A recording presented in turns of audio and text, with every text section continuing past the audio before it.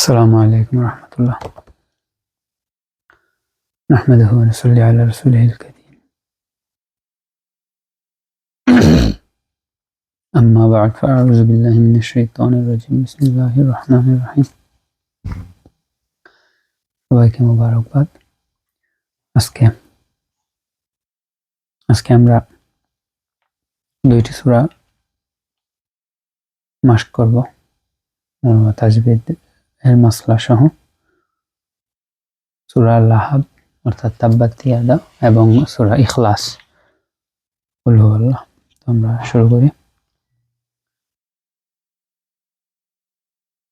أعوذ بالله من الشيطان الرجيم.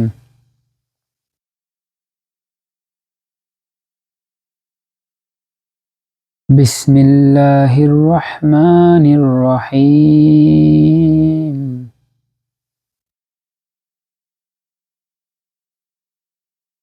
تبت يدا أبي لهب وتب ما أغنى عنه ماله وما كسب سيصلى نارا ذات لهب وامرأته حمالة الحطب في جيدها حبل من مسد. صدق الله العظيم. ফার্স্টে তাব্বাত ইয়াদা, এখানে তাব্বাত পরে আমরা যে তায়ে মজরুরা, তো তায়ে মজরুরা হচ্ছে তাব্বাত। যখন এটা হামস আদায় করবো আমরা, হামসের হরফ আমরা জানি 60টা। তো তাব্বাত তাব্বাত তাব্বাত ইয়াদা, তো এখানে তা সাকিন হয়েছে। তাব্বাত ইয়াদা আবি লাহাব, এখানে হচ্ছে দাল জবর এবং আলিফ সাকিন, এখানে মদের হরফ। পরে আবার হামজা আসছে আবি পরের কলিমাতে বা পরের শব্দ, তো এখানে মধ্যে মুনফাসিল। পরে হচ্ছে ইয়াদা আবি লাহাব ওয়া তাব, এখানে হচ্ছে বা এর সাথে তানবিন আছে 2 জের, এরপরে আসছে ওয়াও, অর্থাৎ ইদগামে মাল গুন্না, ইয়া মিম নু ওয়াও, নুন সাকিন বা তানবিনের পরে এই 4টি হরফ আসলে ইদগামে মাল গুন্না, অর্থাৎ ইদগাম হবে গুন্নার সাথে। লাহাবি ওয়া তাব, ইদগাম মানে তানবিনের মাখরাজটি ওয়াওয়ের মাখরাজের পরের হরফের মাখরাজে চলে যাবে, লাহাবি ওয়া তাব, এবং গুন্না হবে। ওয়াতাব বলে কিন্তু আমরা ওয়াতাব এরকম বলি নাই। এই একটি জায়গায় কোরআন শরীফের কলকলা হবে না। যখন আমরা তাব্বাতি এই আয়াতে আমরা থামবো, ওয়াকফ করব, তখন ওয়াতাব বলে এটা কলকলার মতো বাউন্স হবে না। ওয়াতাব থেমে গেলাম, এখানে ওয়াতাব এরকম হবে না।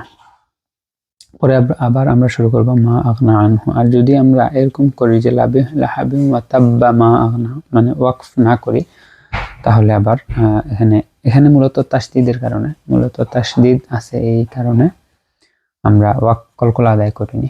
তাসদিদের কারণে এখানে যে আমরা জানি যখন জবর হয়, জবরের একটি মানে হরকত থাকে, জবর জের পেশ, আমরা ওয়াকফের কারণে সাকিন হয়ে যায়, তখন আমরা এখানে কলকলা আদায় করব। কিন্তু এখানে তাসদিদের কারণে আমরা কলকলাটি হয়নি বা কলকলা হয় না। এখানে এই একটি জায়গায় কোরআন শরীফে ওয়াতাব মানে বায়ে কলকলা হয়নি।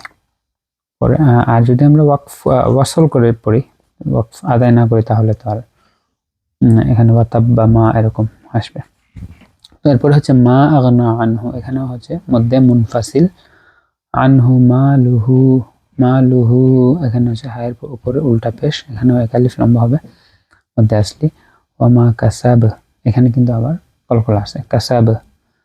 সাইয়াস, এই যে এখানে আমরা খেয়াল রাখবো সিনের পর সিন এবং সাদ, সাইয়াস লা নারা, সাইয়াস লা, এখানে লামের উপরে আড়া জবর এক আলিফ, সাইয়াস লা নারান জাতা, এখানে নুন আলিফ জবর না, অর্থাৎ মধ্যে তবে আদায় করবো। নারাং, এই যে রায়ের উপরে 2 জবর অর্থাৎ তানবিন, এরপরে জাল আসছে ইখফা। নারাং যাতা লাহাবিন ওয়া ইমরাআতুহু, লাহাবিন ওয়া ইমরাআতুহু, এখানে হচ্ছে আমরা ওয়াকফ করিনি, না করে ইমরাআতুহু পরে থামছি, তো তখন হচ্ছে এখানে ইদগামে মাল গুন্না হয়েছে, বায়ের তানবিন এরপরে হচ্ছে ওয়াও। হাম্মা লাতাল, হাম্মা এখানে হচ্ছে মিম তাসদিদ অর্থাৎ ওয়াজিব গুন্না, নুন তাসদিদ এবং মিম তাসদিদ হলে ওয়াজিব গুন্না আমরা জানি। হাম্মা লাতাল হাতাব, হাতাব এখানে হচ্ছে কলকলাই কুবরা। ফি জিদিহা হাবলুম মিন মাসাদ, এখানে তানবিনের উপরে মিম আসছে, লামের উপর 2টা পেশ অর্থাৎ তানবিন, এরপরে মিম আসছে, এখানে হচ্ছে ইদগামে মাল গুন্না, পরে আবার মিম মাসাদ নুন সাকিনের পরে মিম আসছে, অর্থাৎ এখানেও ইদগামে মাল গুন্না। মিম নুন সাকিন, প্রথমে তানবিনের উদাহরণ, পরবর্তী নুন সাকিনের উদাহরণ। হাবলুম মিন মাসাদ। সাদাকাল্লাহুল আযীম। পরে আমরা সূরা ইখলাস শুরু করি। আউযু বিল্লাহি মিনাশ শাইতানির রাজীম। বিসমিল্লাহির রহমানির রহিম।